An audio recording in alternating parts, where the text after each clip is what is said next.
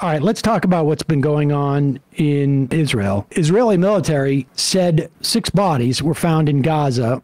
They were hostages, according to Israel, who had been murdered by Hamas. Hamas is saying they were killed in bombings.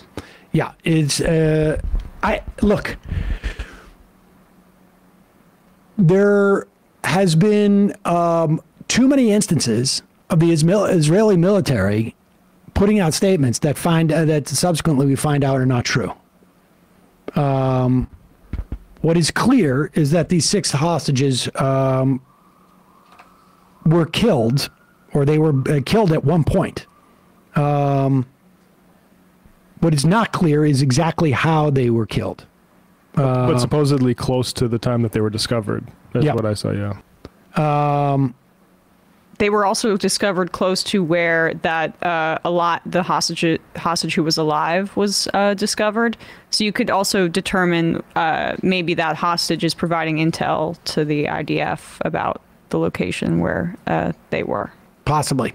And but the bottom line is 6 hostages dead. They were definitely, and Hirsch Goldberg Paulin, the Israeli-American citizen, was on a list in July when Hamas had accepted the original Israeli offered ceasefire plan, which once Hamas accepted it, Israel moved the goalposts. I am basing my assessment of that on Israeli press reports and claims by, I guess, Israeli military officials who also claim that Netanyahu is moving the goalposts. I mean, even Gallant, his own defense minister, has been critical of it. His latest demand is that Israel has a military presence on the Philadelphia corridor, which is the border from Egypt, of Egypt and Gaza, the Gaza open air prison, and this was reported as a non-starter for Egypt months ago. Egypt needs to be a partner in this as well, and is a top recipient of U.S. military aid for that reason. And they don't want this. So Netanyahu's specifically making demands he knows will not just not be agreed to by Hamas, but won't be agreed to by Egypt as a partner. Here is Gil Dickman. He is the cousin of Israeli hostage Carmel Gat, who was killed, one of whom was killed.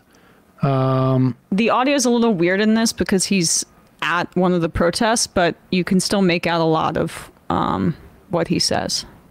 We knew that he was going to use it for his media circus, that he's going to go with his media circus and say that he apologized to us. So we didn't want to be a part. We should make it clear. He's referring to Netanyahu. And Netanyahu went on and gave a press conference apologizing for failing to get the hostages back. It's his failure and Biden's, frankly, that they took a military route when all these people should have been traded for long ago. Yep. Start from the beginning. We knew that he was going to use it for his media circus, that he's going to go with his media circus and say that he apologized to us. So we didn't want to be a part of this horrible charade. He is going to use the murder of my cousin in order to keep the war going, and this is exactly it. I'm furious. You know, it's exactly what he does. It's his responsibility that they were killed. He could have saved them, and if he just chose what most of the Israelis wanted, what most of the world wants, which is to bring the hostages home and get a ceasefire, Kalman would have been home. And now it's his fault that she's dead. And now he's using her death to make more and more hostages die in captivity. This is exactly what's going to happen.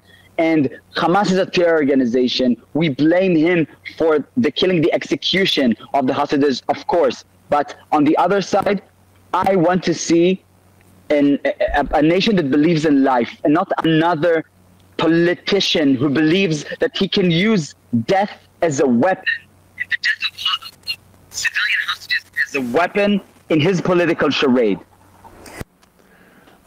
Just to be clear, he said it's his responsibility they were killed. He could have saved them. Again, this is consistent with the reporting. It's consistent with what Gallant had accused him of.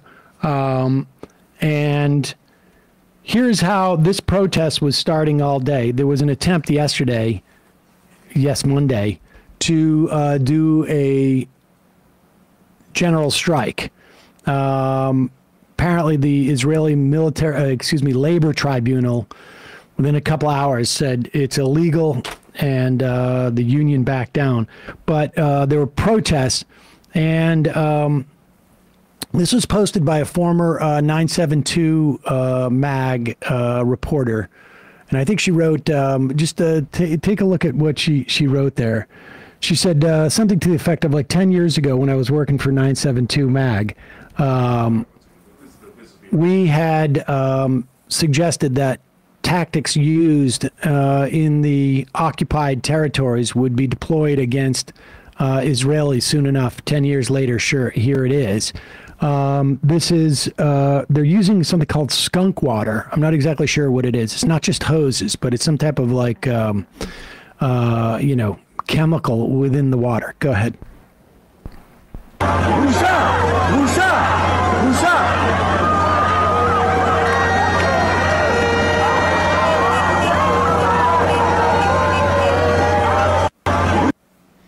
So that's, the repression of Palestinians, the fascism it's turned inward there, right? And it invariably it does. Yep. That was, you were citing Lisa Goldman, who said a decade ago, at least when I still was writing for 972 magazine, we said that one day police would use West Bank occupation tactics on Jewish Israelis, happening now. But the problem with these protests is that they are, it's a wonderful display of force, and we welcome them, or not force, but just people going out in the streets, and they should be welcomed. But they don't have the staying power that they fully do, because I was listening to Gideon Levy this morning on Democracy Now! Saying the issue of Palestinian civilians, it's lip service basically, but that's not the thrust of the protests. And it's the same thing with the conscription of the Orthodox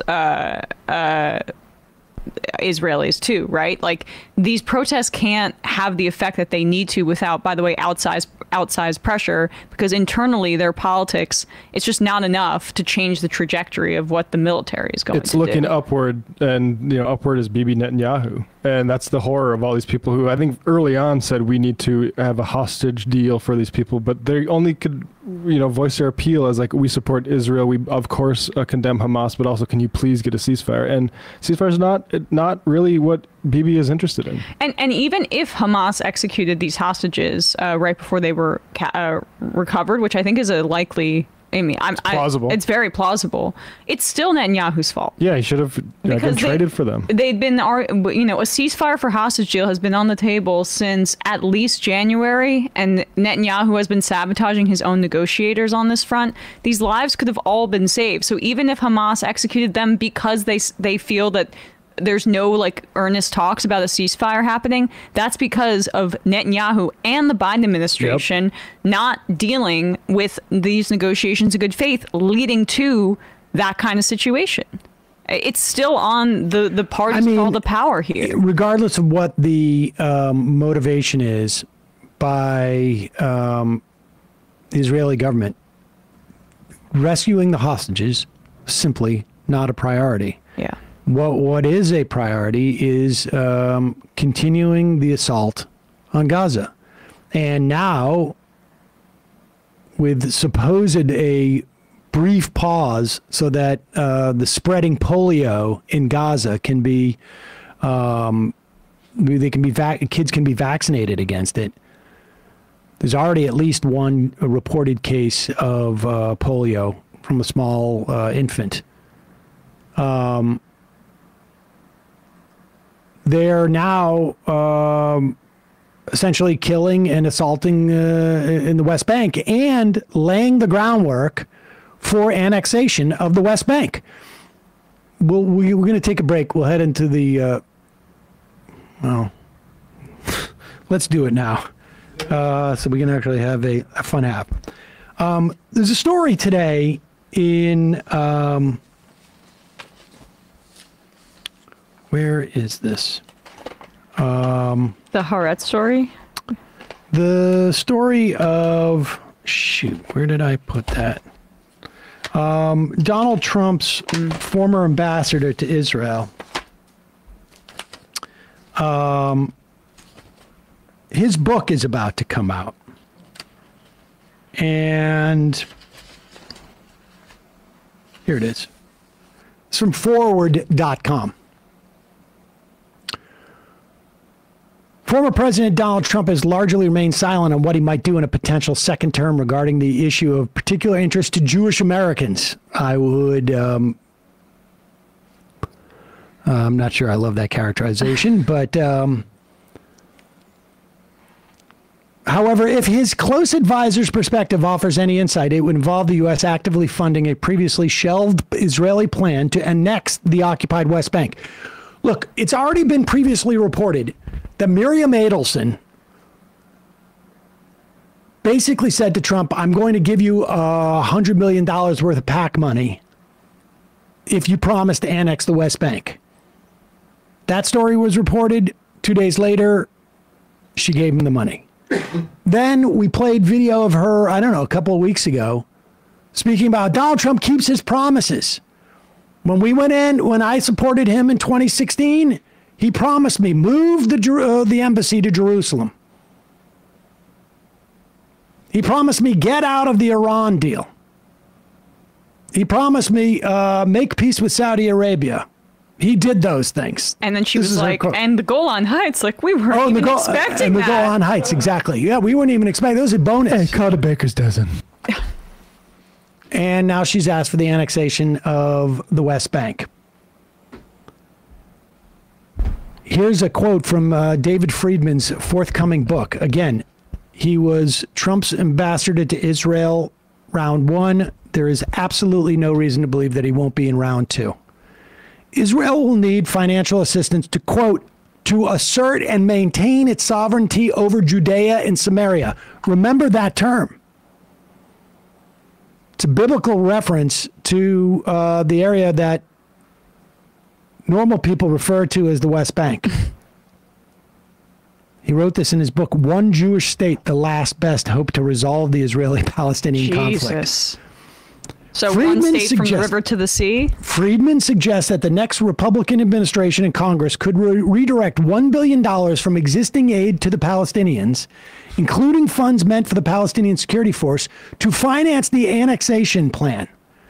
The easiest bucket to tap into in reposition is that of the United States. In the book, Friedman dedicates an entire chapter comparing the fate of Palestinians living under the Israeli sovereignty to citizens of Puerto Rico. Palestinians, like Puerto Ricans, will not vote in national elections, he writes. Palestinians will be free to enact their own governing documents as long as they're not inconsistent with those of Israel. Now, of course, we do not have in the United States, as bad as a situation it is, and more sovereignty in Puerto Rico needs to be its own state. But we don't have a national edict that says, if you are not of white European heritage, you do not have X, Y, and Z rights. That exists in Israel. Yeah. This is just a colonial system. I mean even Palestinian citizens of Israel, ones who are Israeli citizens, are still second-class citizens in terms of what their rights are.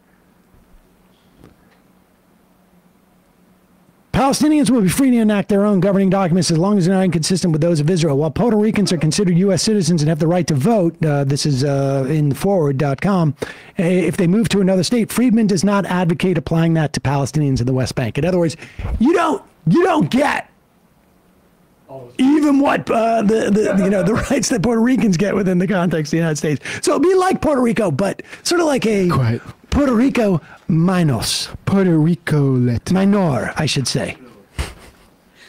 Puerto Rico. All right, now that Judea and Samaria, why is that relevant? Because what we've started to see is the Israeli government, and And we have video of Netanyahu, you know, at a press conference in Jerusalem.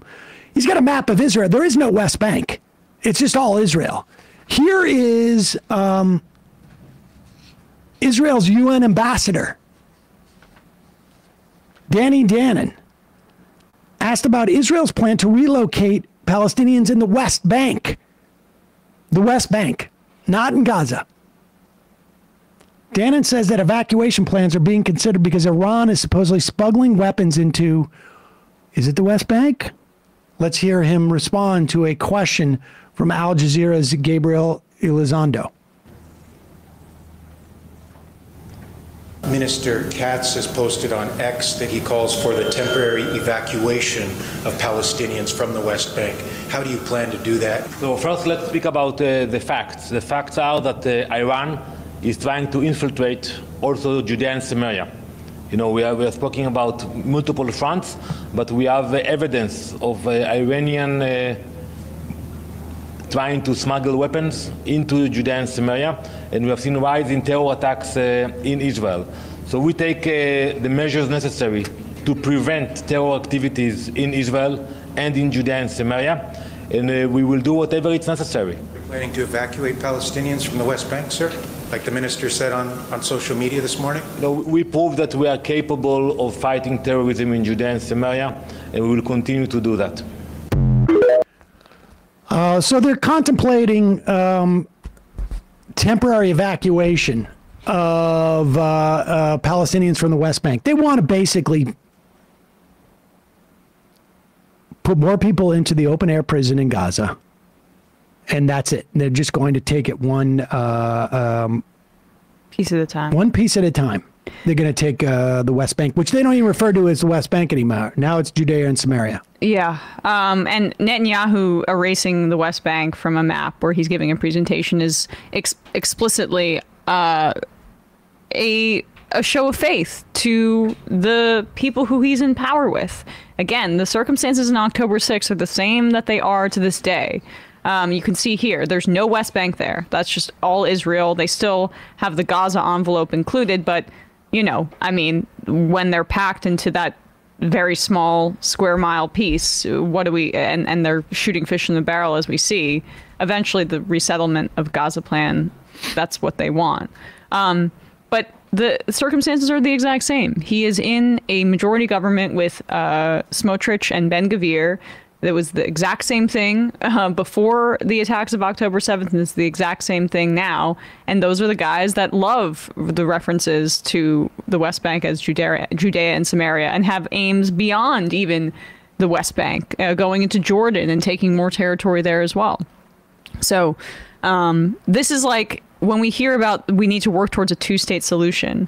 It's just ridiculous. I mean, their supposed partner for peace in a two-state solution is erasing the territory that would be the bulk of the state, which already has settlers in there, where 3 million Palestinians live. Here is people might not remember David Friedman. He was a regular Dave Rubin guest, including this is about a month or so after October 7th here, and he's using that language even then regarding Judea and Samaria. Hamas, 40,000 terrorists, and then 2 million peace-loving people that once the yoke of Hamas is taken off, you have this great opportunity for peace. It's not true. Now, maybe it'll be true in a generation or two, but the end looks like a long period where Israel will be in control of the Gaza Strip. It's going to retain control of Judea and Samaria, likely with more episodes of violence there, and they're just going to have to hunker down and kind of, you know, try to divide the Palestinians into two groups. This is what I would do if I were them. This is my vision of the future. You get a bunch of money from their friends, their new friends in the Gulf, and you say, guys, all you Palestinians, look, you want to kill us or you want to work with us? Okay, let's forget about all the statecraft for a minute. You want to kill us? You want to work with us? You want to kill us? We're going to kill you first. Okay, we're not going to live with a bunch of guys that want to kill us. You want to work with us? Okay, we will help build better infrastructure, better schools, better hospitals, better roads, and try to work with you to get you to a level where you can start to achieve kind of comparable quality of life to the Israeli Arabs, who live probably better than any other Arab people in the entire Middle East. Yeah, just the Israeli Arabs, like, you don't get the full city. You're not going to get full rights. They're not Israelis. You're not going to get full rights. But as long as you will be second-class citizens, we will work at a hotel. We'll give you a decent, we'll give you a decent job. I like when he says in a generation or two, like essentially when in a generation or two, like what we did to the indigenous people in this country, right? Where it's like, well, just let the forces do what they want to do and slaughter as many people as possible, and then the people that are left over, maybe we can be a partner for peace with them. This is just like the terrifying, again, just a good reminder of what would happen if Trump were in office. The least reported story, though, is how this guy and Trump's actions during those 4 years. Yeah. I mean, we have no context for anything that ever happens. And when you tell the Israelis, we're going to give you the Golan Heights. When you tell Israelis, we're going to move the embassy. When you tell Israelis, we'll kill the Iran deal, you're basically providing for them a green light on just about anything. All right, we're going to take a break. We're going to find out what that static is, too. Do you hear that? Yeah, did you move your mic at all? I don't think so. I don't hear I'm not sure it. what that is. It's gone now. Yeah, it's something with my mic. Yeah. We may need to replace a cord. New cable, yeah. We're going to take a break, head into the fun half. Just a reminder, it is your support that makes this show possible. You can become a member, join themajorityreport.com. When you do, you not only get the free show free of commercials, you get the fun half too. You can IM us. You can also call us in the fun half. We'll open up the phones very shortly. And don't forget, justcoffee.coop, Fairtrade Coffee Tea, Fairtrade Coffee, and hot chocolate. Use the coupon code Majority, get 10% off. There it is, Majority Report blend. They have all sorts of other type of blends there. And check out our merch store, shop.majorityreportradio.com. Do we only have a couple more days left for the Vergonia shirt? I think. Vergonia. It's a little. Oh my gosh. I think I'll double check with Joey, but I think it's the 6th for. Okay, for so we only got Friday. a couple more days. Jeez. You know what? It'll be a real Vergonia on you if you don't get it. The Vergonia drop is, clock is ticking. Yep. Yep, it's the 6th. Yeah. That thing has actually sold. We've sold a ton of those shirts. There's going to be a lot of people going around with Vergonia shirts. Vergonia shirts. Maybe at our live show for election night, which we'll be talking about more soon. Yes, we will. That's going to be in Brooklyn, folks. And did you give an update last week on we did. Honest Family? When we started last week, it was in the single digits of thousands of euros, and now they're 55,734 euros of the 62,000 euro goal. And I think the goal may have been 52,000 euros to start. It may have expanded. It did exceed it. Yes. So thank you. These guys are feeding a lot of people. It is really fantastic, and it's there's so much suffering and so much misery there. It is being able to help one family who's helping so many others is it's a nice feeling. At least there's a sense that you can do some tiny thing to help folks over there. It really is, and you folks are really terrific for helping out. Yeah. Hey, folks, don't forget to hit the subscribe button and check out our daily show. We do it every day at 12 p.m. Eastern for about 2.5 hours. We even take phone calls. You should check that out.